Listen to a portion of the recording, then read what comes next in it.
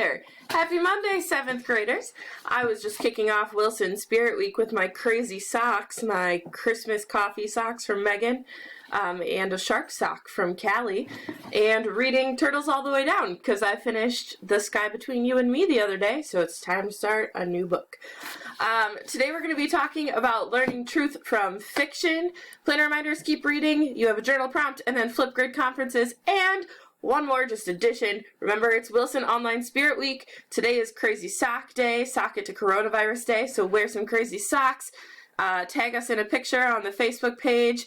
Tomorrow is Take It Outside Tuesday, so you get to wear your workout gear. And we're gearing up for Friday. That's what I'm looking forward to. Friday is a pajama day. Random tidbit, you can get a unicorn hunting license from Lake Superior State University in Michigan.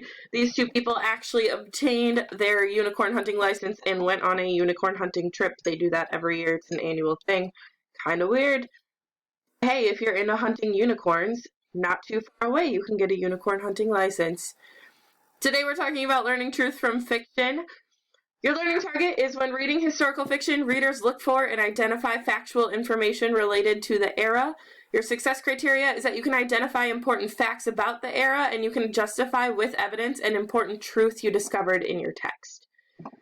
Although fiction stories aren't real, they do have real truths buried in them that we learn from. So as you read, it's helpful to ask, what truths am I learning about the time in which the story is set?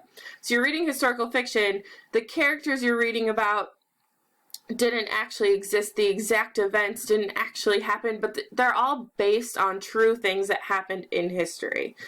So as you're reading, you can be thinking about, what things am I learning about that time period or this time in history from what I'm reading? We're going to read a little passage today from The Things They Carried, about the things that soldiers carried. And I want you to be thinking, again, about what truths you can learn about the time period from this section. The things they carried were largely determined by necessity. Among the necessities, or near necessities, were P38 can openers, pocket knives, heat tabs, wristwatches, dog tags, mosquito repellent, chewing gum, candy, cigarettes, salt tablets, packets of Kool-Aid, lighters, matches, sewing kits, military payment certificates, sea rations, and 2 or 3 canteens of water. Together, these items weighed between 12 and 18 pounds, depending upon a man's habits or rate of metabolism. Henry Dobbins, who was a big man, carried extra rations. He was especially fond of canned peaches and heavy syrup over pound cake. Dave Jensen, who practiced field hygiene, carried a toothbrush, dental floss, and several hotel-sized bars of soap he'd stolen on R&R in Sydney, Australia. Ted Lavender, who was scared, carried tranquilizers until he was shot in the head outside the village of Tankey in mid-April. By necessity, and because it was SOP, they all carried steel helmets that weighed 5 pounds, including the liner and camouflage cover. They carried the standard fatigue jackets and trousers. Very few carried underwear. On their feet, they carried jungle boots, 2.1 pounds, and Dave Jensen carried 3 pairs of socks and a can of Dr. Scholl's foot powder as a precaution against trench foot. Norman Bowker carried a diary. Rat Kiley carried common books. Kiowa, a devout Baptist, carried an illustrated New Testament that had been presented to him by his father, who taught Sunday school in Oklahoma City, Oklahoma.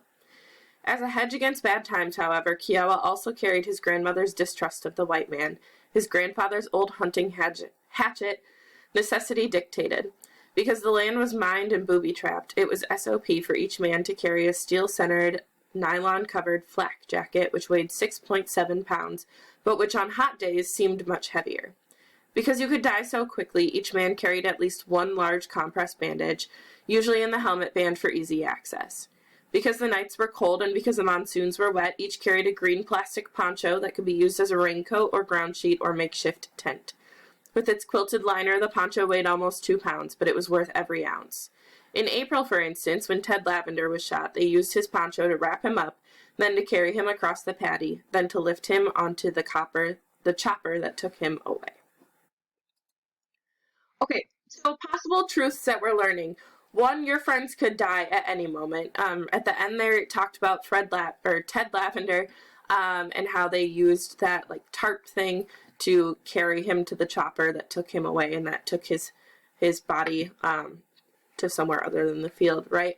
So it was a war. You could die at any moment. Your friends could die at any moment.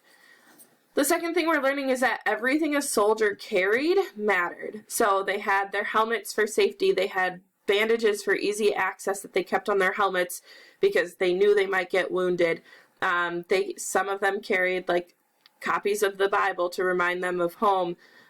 Some of them carried food. Some of them carried extra soap. Everything that they carried had meaning and it mattered. And those things that they carried, which is our third possible truth, they carried to protect themselves and to remind them of home. So those things mattered. They kept them going. We've talked about mental health before, right? So there's physical health and there's mental health. I believe you're learning that in like Miss Kunish's class right now too, if you have that. But they carried things to kind of keep them sane in this really crazy time. They were carrying things to help remind them of home, remind them that things are going to be okay, that things were once okay before, and they're also carrying things to protect their physical health, like the bandages. And it was important to rescue the bodies of friends. So again, at the end, they talked about Ted Lavender being taken away on the chopper and taken back home. It was really important to them that they didn't just leave their friends, even if they had passed away. So your journal prompt today is to jot down some important things you've learned about the era from your reading. So as you're reading, remember the things you're reading didn't exactly happen, but they're based on things that did happen. So what are you learning about that time period from what you're reading? So for example, some of you might be keeping pandemic journals. If you're not keeping a pandemic journal, this would be a great time to start because that could be used as a primary source one day. So some of you might be keeping pandemic journals, right?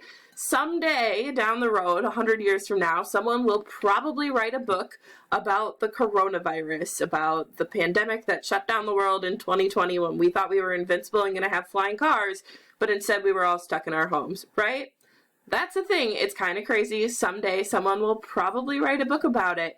So you can keep a pandemic journal about what's going on in this crazy time, what you're doing to fill your time. You never know how that could be used someday, but that's kind of what this historical fiction unit is, right? It's these kind of crazy things that happened in the past that we're learning about, that people are doing research on, they know stuff about, and then they're writing things based on that to write a book. So jot down some important things you've learned about your era from your reading, because like I said, fiction means it's not real. It didn't actually, those exact events didn't actually happen, but they're based off of things that did actually happen in history. So jot down some things you're learning about that time in history from your fiction book. 7th graders, if you have questions, again, always please feel free to pop on to my office hours from 11 to 11:30 or shoot me an email. I'm always available to help. And then remember, tomorrow is Take It Outside Tuesday. Today is Sock It to Coronavirus Day. Wednesday is Wear Green Wednesday. I forgot what Thursday is, and Friday is a pajama day because it's Friday. Whoop, whoop. So check those out on the Wilson Facebook page too. Hopefully I'll see some of you participating in Wilson Online Spirit Week. Super fun. All right, 7th graders, see you later. Have a great Monday. I miss you lots.